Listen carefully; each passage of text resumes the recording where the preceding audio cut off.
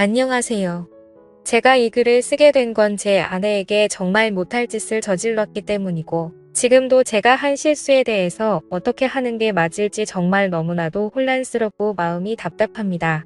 간략하게 현재 상황을 말씀드리자면 저는 제 아내의 언니, 그러니까 즉 처형과 술을 마시다가 실수를 해버리게 되었고, 이 사실을 어떻게 해야 할지 정말 난감합니다. 제 사연을 들어주시고 현명한 조언 부탁드릴게요. 우선 저는 30대 초반에 4년간 사귄 여자친구와 결혼했습니다. 연애 기간이 길었던 만큼 중간에 헤어졌다가 만나기를 여러 번 했고, 우리에게 위기가 있을 때마다 여자친구의 언니가 메신저 역할을 해줬습니다. 아내의 언니는 공무원이고 34살이었죠. 30대이지만 출산을 안 한 아가씨라 그런지 30대 중반을 달리는 나이인데도 유독 동안의 하얀 피부와 S라인 몸매를 가지고 있어서 그런지 20대처럼 보였고, 누가 봐도 뒤돌아볼 정도로 예쁘고 매력이 넘쳤습니다. 처형은 주변 직원들의 곁눈질이 따갑다고 깔깔거리고 자랑을 하는 그런 성격이었죠. 처형은 독신주의자라고 주장하고 다니는데 주변에서 소개팅을 해주면 망설이지 않고 나간다고 합니다. 일단 공무원이니 소개팅 제의가 많이 들어오는 것 같더라고요. 아내와 만날 때마다 전에 소개팅남이 어쨌다 저쨌다고 일장연설을 늘어놓았습니다. 제 아내는 큰 키에 마른 몸이고 처형은 큰 키에 S라인이니 자매가 키는 닮았어도 몸매는 완전 상반되었던 거죠. 처형은 길을 지나가도 사람들의 시선이 자신에게 꽂혀 있는 것을 알고도 은근히 즐기는 듯한 느낌이 들었습니다. 저 스스로도 그러지 않으려고 많이 애를 써봤지만 직업도 좋고 몸매도 훌륭하며 성격도 밝은 처형을 아내와 만날 때부터 몰래 좋아하게 되었던 거죠. 사람 마음이라는 게 마음대로 되지가 않잖습니까? 그래서 아내랑 사귈 때 한 번은 셋이서 술을 마셨던 적이 있습니다. 술을 마시던 중 아내가 화장실에 갔을 때나 처형에게 말했었죠. 나 사실 누나도 좋고 현숙이도 좋아 라고 말해봤는데 처형은 정신 차려 이놈아라고 꿀밤을 때려서 그 자리에서 마음을 접어야 했습니다. 하긴 내가 자매를 두고 양다리를 걸치면 안 되는 걸 알았기에 당연히 아내에게 집중하고 결혼까지 골인을 하게 되었던 거죠. 결혼을 하고 나서 우리는 처형이 사는 아파트에 신혼집을 마련했고, 내가 야근을 하게 되는 날에는 처형 집으로 퇴근을 해서 자매끼리 즐거운 시간을 보냈습니다. 그러면 저는 처형 집에 가서 아내를 데리고 나오고는 했죠. 처형의 목소리는 언제나 유쾌하고 밝았습니다. 일하는 구청에서도 친절하기로 소문이 자자하다고 들었어요. 하루는 아내를 데리러 처형 집에 갔는데 처형은 깜빡 잊은 것인지 몰라도 집에서 혼자서만 있을 때 입는 그런 수준의 민망한 원피스를 입고 있었습니다. 제가 민망해서 시선을 피하자 처형은 현숙이 방금 집에 갔어 라고 말했고, 저도 모르게 심장이 두근거렸고 민망한 이 순간을 어떻게 넘겨야 할지 고민하고 있었습니다. 그런데 처형이 갑자기 우리 집에 온 김에 차나 한 잔 마시고 가라고 하더라고요. 저는 반가운 마음에 처형 그럼 나는 아이스 커피 타줘 라고 했고, 처형의 뒷모습을 봤는데 정말 이러면 안 되지 하는 마음에 환장하겠더라고요. 저는 애써 눈을 딴 데로 돌렸고 시원한 아이스 커피로 진정하려고 했습니다. 그런데 처형은 가스레인지 쪽으로 다시 향하더니 곰국을 끓여놨다며 이제 다 식었으니 좀 가져가 라고 하면서 가지고 오다가 그만 주방 바닥에 묻은 물기에 미끄러져서 곰국을 다 쏟았고 처형도 넘어지고 말았습니다. 그런 처형을 잡아주면서 일으켜줬습니다. 에구 어떡해 해. 많이 아프겠다. 왜 삼복 더위에 곰국을 끓여. 퇴근하면 좀 쉬지라고 하면서 얼른 키친타올을 가져와서 처형의 옷을 툭툭 닦아주다가 처형의 몸에 살짝 스쳤던 거죠. 처형은 반사적으로 나 얼른 씻어야겠다라고 하며 서둘러서 욕실로 갔습니다. 그러면서 문을 살짝 열고서는 잘 가. 나는 나 안 나간다 라고 하더라고요. 그래서 저는 난리가 난 주방을 수습하고 냄비도 닦아 놓았습니다.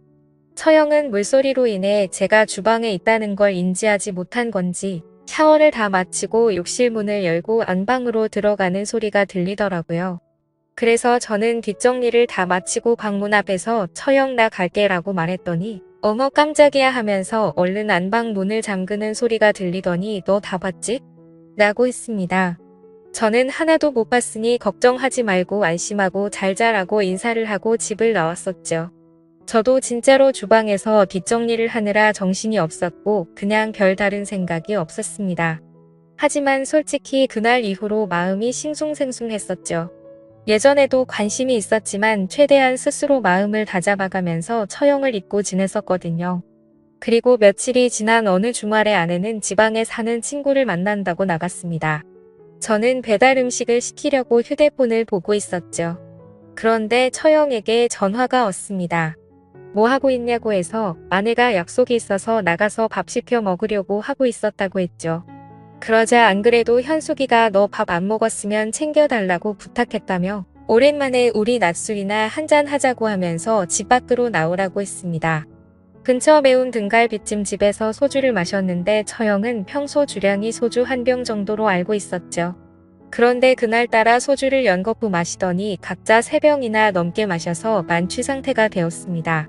그러자 형수는 술이 많이 취했는지 평소와 다르게 코맹맹이 소리를 내면서 애교를 부리는가 하며 말을 하다가 혀도 꼬이기 시작하더라고요. 뭐가 그렇게 좋은지 실시롭더니 그만 테이블에 엎드리고 말았습니다. 그래서 저도 엄청 취한 나머지 더 마시다가는 큰일 나겠다 싶어서 술에 취한 처형을 부축하고 집으로 향하게 되었죠. 저는 처형이 사는 아파트의 현관 비밀번호를 알고 있었습니다. 왜냐하면 장인어른이 처형이 혼자 살고 있으니 비밀번호는 알고 있으라고 그래야 급한 일이 있을 때 처리할 수 있다고 하셨기 때문도 있었고 저와 아내 그리고 처형 셋이서 한 가족처럼 친하게 지내고 있었기 때문에 그게 별 대수롭지 않다고 생각을 했었었죠. 그래서 능숙하게 현관문을 열고 들어가서 처형을 침대에 눕혔습니다. 처형은 술에 만취해서 깊은 잠을 자더라고요. 그런데 갑자기 술이 확 깨는 기분이 들었습니다. 얼마 전 있었던 감정도 되살아나고 뭔가 기분이 묘하더라고요. 그래서 얼른 집으로 가야겠다고 생각하고 일어나려고 하는데 처형이 너 어디 가 이렇게 취한 목소리로 말했습니다. 순간 이게 무슨 일인가 했더니 처형은 취해서 말을 이어가더라고요. 너 나 좋아한다는 거 다 뻥이지? 이러더라고요. 그 말을 듣자마자 처형도 나에게 관심이 있어서 나에게 술을 먹자고 했던 거구나 생각하게 되었죠. 결국 정말 술에 취해서였던 건지 저는 제 마음을 숨길 수가 없었고 사실대로 다 말했습니다. 그리고 결국 사고를 치고야 말았던 거죠. 그렇게 저는 아내가 돌아오기 전에 집으로 올라갔고 아내는 자정이 다 되어서 집에 들어오더라고요. 터미널에서 세련된 가방이 있어서 저를 주려고 사왔다고 했습니다. 이어서 언니 옷도 사왔는데 직접 줘야겠다고 하며 콧노래를 부르는데 아내는 친구를 만나 스트레스를 잘 풀고 온 것 같더라고요. 그 모습을 보고 있으니 죄책감이 몰려왔고 정말 내가 무슨 짓을 한 거지 하는 생각에 머릿속이 혼란스러웠습니다. 정말 아무 일도 없었다는 듯이 보내려고 했지만 그게 안 되더라고요. 처형은 그날 이후로부터 뭔가 연인이 된 것처럼 저를 대하는데 저는 대답을 하면서도 뭔가 거짓 연기를 하는 것처럼 느껴졌습니다. 솔직히 말해서 앞서서도 말했듯이 저는 아내도 좋고 처형도 좋은데 제 마음이거든요. 그런데 이걸 아내가 알게 되면 어떤 일이 벌어질까 그게 걱정이 되는 게 가장 큰 고민입니다. 신기한 게 처형은 셋이 같이 있어도 아무렇지 않은 척 하는데 진짜 연기자가 아닌가 싶을 정도였죠.